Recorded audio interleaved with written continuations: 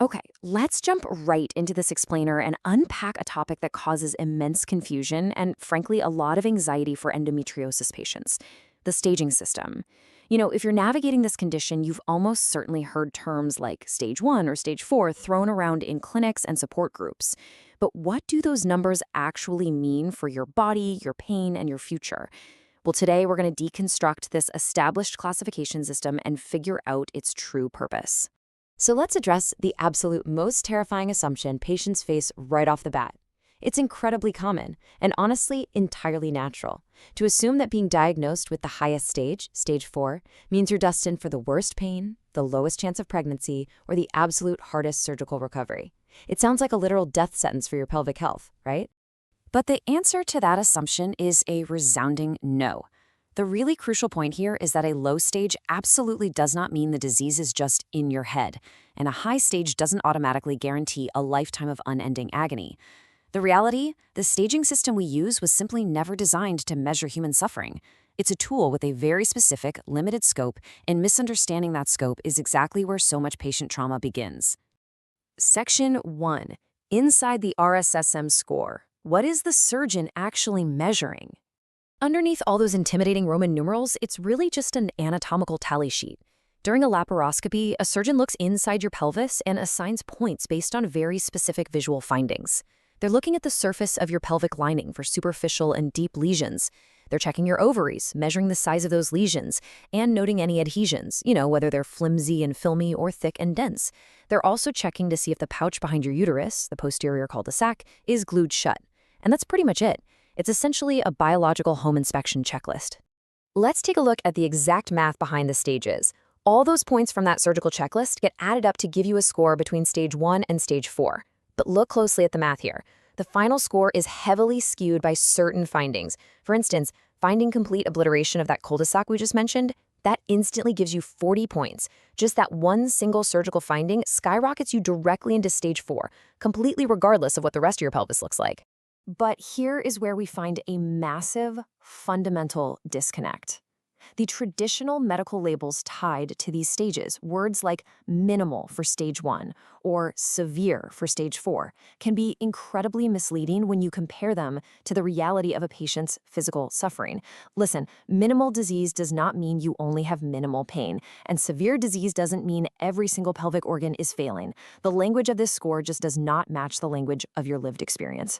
Section 2, where the score fails, the limits of a surgical tally sheet. The fundamental flaw of the rASRM score is that it completely ignores the vital factors that actually cause pain, because pain is vastly more complex than just the visible volume of disease. A tiny lesion resting directly on a major pelvic nerve might score only 1 or 2 points, giving you a stage 1 diagnosis, but it could cause debilitating daily agony.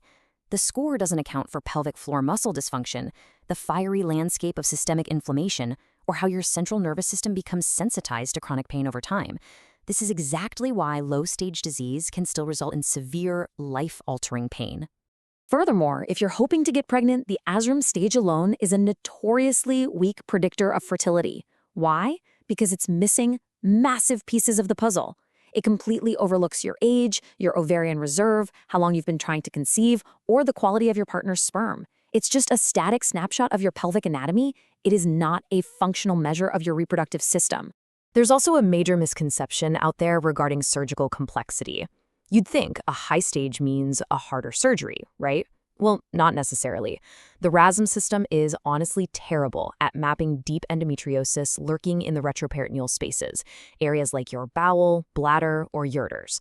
A small, deep lesion on a vital organ like the ureter might score very low on the tally sheet, yet require an incredibly complex, dangerous, multidisciplinary surgery to safely remove.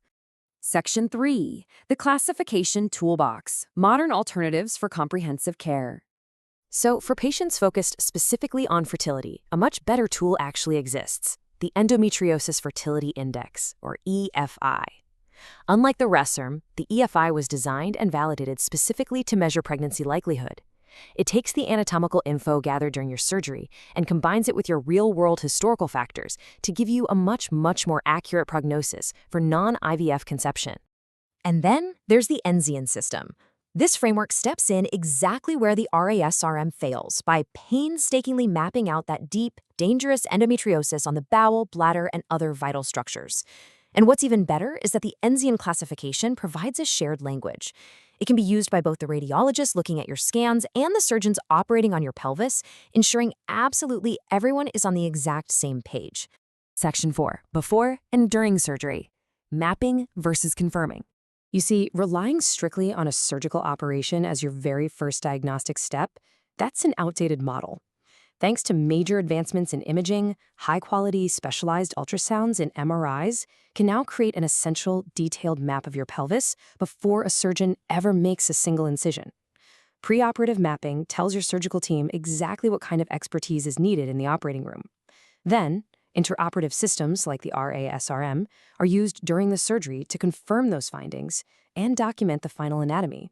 Map before surgery, confirm during surgery, and measure outcomes after surgery. This mantra right here represents a massive paradigm shift in modern endometriosis care. Map before, confirm during, and measure after. It ensures that your preoperative imaging and your intraoperative surgical systems work harmoniously together instead of competing. It's really all about building a comprehensive start-to-finish strategy for your body. Section 5. The multidimensional future. Treating the whole patient. Rather than aggressively forcing every single aspect of your lived experience into one tiny number, the future of endometriosis care is a multi-dimensional dashboard. It starts with a comprehensive profile of your daily pain and your quality of life. Then it layers on a detailed MRI or ultrasound map, followed by precise surgical documentation. It then applies specific tools depending on your goals, like the EFI if you want to get pregnant. Finally, it standardizes this data so researchers can actually figure out which treatments work best for which patients. It's an entire ecosystem of care.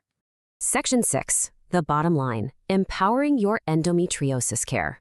So the most important thing to take away from this explainer is that the rASRM stage is just one narrow slice of the pie. Never ever let a doctor dismiss your symptoms based on a low stage. Because, as we've clearly seen, the stage simply wasn't designed to measure your pain severity, your quality of life, or how complicated your surgery might actually be. A low stage absolutely does not invalidate your immense suffering. Endometriosis care should therefore be guided by the whole clinical picture, not by a Roman numeral alone. You need to demand a care plan that addresses your unique symptoms, your daily realities, and your personal priorities. Remember that your pain is valid, no matter what number is scrawled on your surgical chart. Which leaves us with one final, crucial question to ask your medical team. If your entire treatment plan is being dictated purely by a Roman numeral from 1 to 4, are they actually treating you